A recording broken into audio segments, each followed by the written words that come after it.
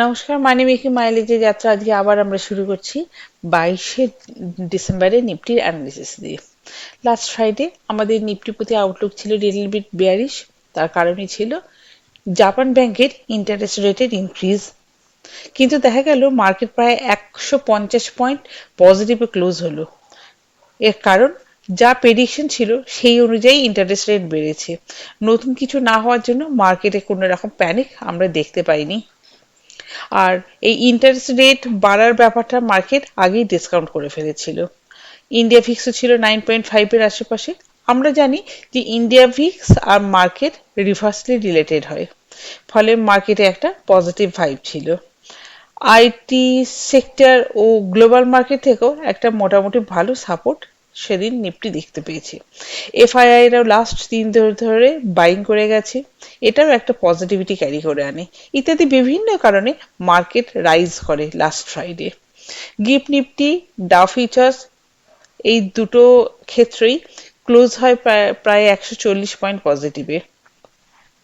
এখন আমাদের কাছে মেজর রেজিস্ট্যান্স বলতে 26,050 এবং 26,100 লেভেলটা ধরে নেওয়া গেল যে by chance Nifty gap up open হলো, নিফটি 26,100 কাছে ওপেন হলো এবং সেইখান থেকে যদি একটা সেল আপ আসে, তো আমরা 26,080 এই লেভেলটা ব্রেক করার সাথে সাথে নিফটিতে একটা সেল সাইডে কাজ করতে পারি বা সেল সাইডে একটা ট্রেড জেনারেট করতে পারি।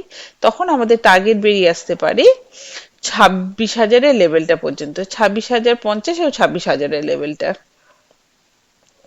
আর নিফটি বাই চান্স যদি এই 26,100 উপরে নিজেকে হোল্ড করে, সেই ক্ষেত্রে আমরা 26,130 লেভেলটা ব্রেক করার সাথে সাথেই 26,100 পুল ব্যাকে বাই সাইডে একটা ট্রেড ইনিশিয়েট করতে পারি।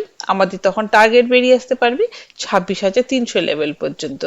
আবার এমনও তো হতে পারে যে নিফটি ফ্ল্যাট ওপেন হলো, সেক্ষেত্রে নিফটি 26,000 আশেপাশে যদি ওপেন হয় আর 26,000 লেভেলে ওপেন হওয়ার পরে যদি 26,050 থেকে 60 এই লেভেলটাকে ব্রেক করে, সেক্ষেত্রে আমরা আবার একটা শর্ট টার্ম বাই ইনিশিয়েট করতে পারি।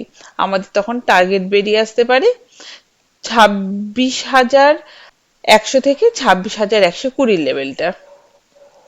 আর নিফটি যদি আগামী দিন বেয়ারিশ থাকে, তো সেই ক্ষেত্রে 25,900 এই লেভেলটাকে ব্রেক করার পরে আমরা একটা সেল সাইডে কাজ করতে পারি, শর্ট টার্ম সেল ইনিশিয়েট করতে পারি।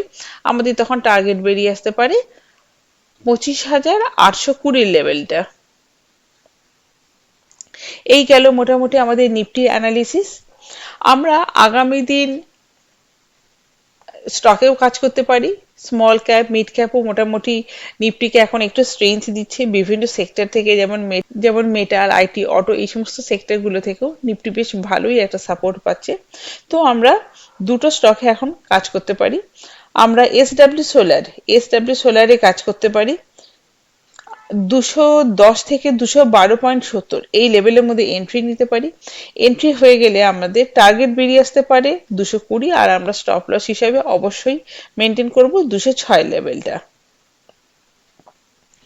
আমার দ্বিতীয় স্টক হিন্দুস্তান কপার। আমরা এই হিন্দুস্তান কপার স্টকটাকে 385 এর লেভেলে একটা এন্ট্রি নিতে পারি। এন্ট্রি হয়ে গেলে আমরা 380 লেভেলটা স্টপ লস হিসেবে ধরে থাকবো। আমাদের টার্গেট হতে পারে 394 এবং 397 এই দুটো লেভেল। আজকের জন্য এটুকুই। Thank you, good night. আগামী দিন, আগামী সপ্তাহ আপনাদের ভালো কাটুক এই শুভেচ্ছা নিয়ে আজকে যাত্রা এখানেই শেষ করছি।